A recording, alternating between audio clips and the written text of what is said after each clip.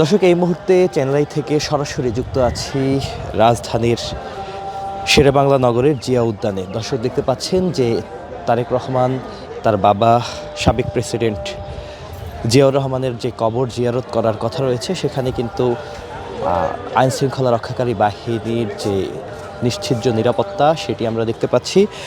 যদিও আসার সময় আমরা দেখতে পেয়েছি যে পুরো এলাকা জুড়েই আসলে এই নিরাপত্তা বিরাজমান, তবে বিএনপির যারা নেতাকর্মী রয়েছে তারা কিন্তু ইতোমধ্যে পুরো জায়গাটিতে ভিড় করেছে এক নজর আসলে তাদের যে নেতা তারেক রহমান তাকে দেখার জন্য। দর্শক, কাল 12:55 12:40 তারেক রহমানকে বহনকারী BG-202 যে বিমানটি, যাত্রীবাহী বিমান, সেটি কিন্তু বাংলাদেশের অবতরণ করেছে। এরপরেই তারেক রহমান তার পরিবার সহ এখানে বাংলাদেশে অবতরণ করেন। এরপরে তিনি সেখানে 300 ফিটে যে পূর্বাঞ্চলে 300 ফিটে যে তার জন্য তাকে অভ্যর্থনা জানানোর জন্য যে স্টেজ, সেখানে তিনি ভাষণ দিয়েছেন কয়েক লক্ষ নেতাকর্মীর সামনে। এরপরে তিনি তার যে মা বেগম খালেদা জিয়া, সাবেক প্রধানমন্ত্রী বেগম খালেদা জিয়া, তাকে দেখতে এভার কেয়ার হসপিটালে গিয়েছেন। এরপরে সেখান থেকে তিনি কিন্তু তার যে বাসভবন গুলশান 2-এর যে বাসভবন সেখানে গিয়েছেন।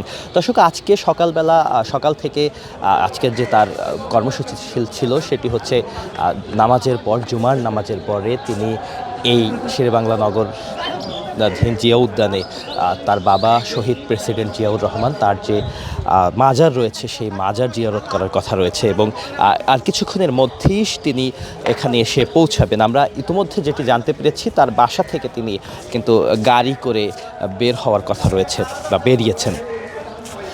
দর্শক, আপনারা জানেন যে আজকে এখানে জিয়াউর রহমানের যে মাজার, সেখানে তার আসার কথা এবং এই মাজার জিয়ারতকে কেন্দ্র করে উপলক্ষে কিন্তু মাইকে কোরআন তেলাওয়াতের যে আওয়াজ সেটি কিন্তু আমরা শুনতে পেরেছি। আমরা দেখেছি সকাল থেকেই মাজার প্রাঙ্গণে কোরআন তেলাওয়াত করা হয়েছে এবং এখানে কিন্তু এর সামনে এই যে মাজার, প্রেসিডেন্ট জিয়ার যে মাজার, সেই মাজারের যে সামনের যে জায়গাটি, যেটি হচ্ছে সংসদ ভবনের পেছনে, এই জায়গা থেকে একেবারে সেই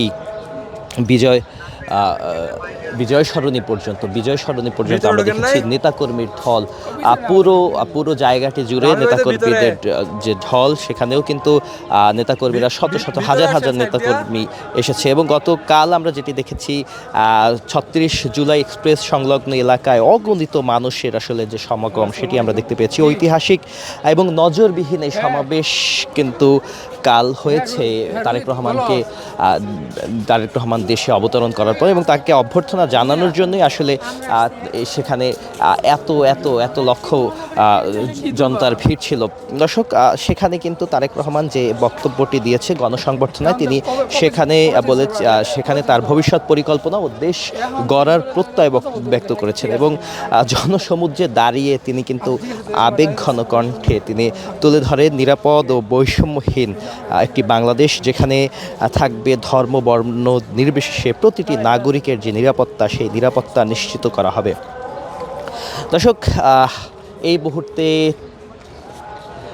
মেজর জিয়ার যে সাবেক প্রেসিডেন্ট জিয়ার বাজার থেকে, চেন্নাই থেকে সর্বশেষ। ধন্যবাদ।